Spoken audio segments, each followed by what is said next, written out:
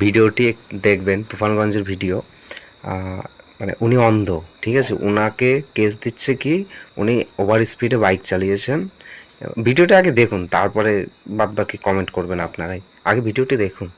তুফানগঞ্জ 2 নম্বর ব্লকের উত্তর ফলিমারির বাসিন্দা আশিস সাহা, তিনি জন্মলগ্ন থেকেই 100% দৃষ্টিহীন।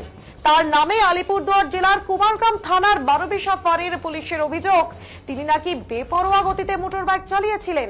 সেই অভিযোগে জরিমানা ধার্য করা হয়েছিল তাকে, আর তা না দেওয়াতেই আলিপুরদুয়ার জেলা আদালতে হাজির হতে বলা হয়েছে তাকে। চলতি মাসের 8 তারিখে বক্সিরহাট থানার পুলিশ সেই নোটিশ পৌঁছে দেয় তার বাড়িতে।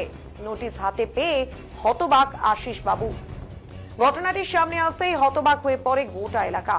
বিষয়টি নিয়ে সঠিক তদন্তের দাবিতে কোচবিহার জেলা পুলিশ সুপারের দ্বারস্থ হন আশিস সাহা। তার দাবি, আমার কোনো মোটর বাইক নেই, আমি জন্মলগ্ন থেকেই দৃষ্টিহীন হওয়ায় জীবিকার জন্য অন্যের সাহায্যে ঘুরে ঘুরে ধূপকাঠি বিক্রি করি। আমার বিরুদ্ধে এ ধরনের অভিযোগ ওঠায় আমি চমকে গিয়েছি। গত 8 তারিখ এসছে, অক্টোবর মাসের 8 তারিখ নোটিশটা এসছে এটাই যে আমার নামে ওই 194 যে ইয়েটা রয়েছে, এমভিডি যে ধারাটা রয়েছে ওটাই ধারা দেওয়া হয়েছে যে বিনা হেলমেটে আমার নাম। প্রথম কথা হচ্ছে আমার নামে নাকি গাড়ি রয়েছে, যেহেতু আমি 100% দৃষ্টিহীন।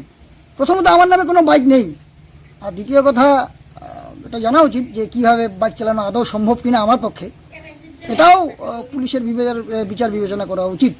এটা মামলাটা কী কারণে করা হয়েছে, এটা আমার তো মনে হয় এটা উদ্দেশ্যপ্রণোদিতভাবেই করেছি।